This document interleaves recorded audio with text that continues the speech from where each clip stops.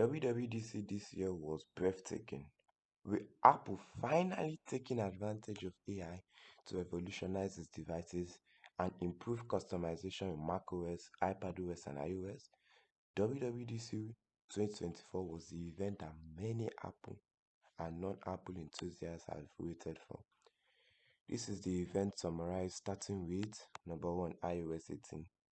Apple announced a bunch of revolutionary announcements for iOS, including a new home screen where you can place your apps anywhere on the grid, a new control center with different pages based on apps, although some could argue that some of these features have been on Android for a long while.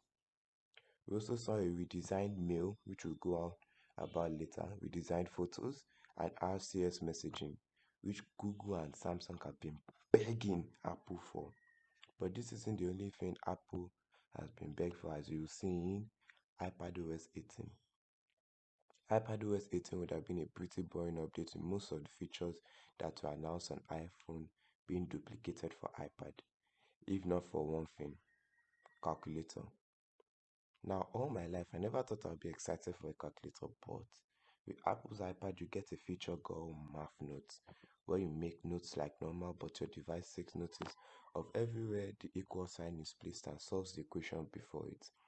This feature is going to be a new way to solve complex calculations in iPad. Moving on to macOS Sequoia. macOS Sequoia was basically boring for me, except for iPhone mirroring, which allows you to control your iPhone without taking it out. All other announcements were either boring or taken from iOS and iPadOS or Windows. Notable mention to AirPods, which can now detect your nods for yes and no and use them as instructions for Siri. And speaking of Siri, moving on to number 4, Apple Intelligence. There were lots of announcements from Apple's AI, so I'm going to summarize the best few. Siri improved, which is probably the best feature, and the best way to put it is if ChatGPT was your mobile assistant. Can follow up on conversations, send messages in apps, and pull information from one app and put in another.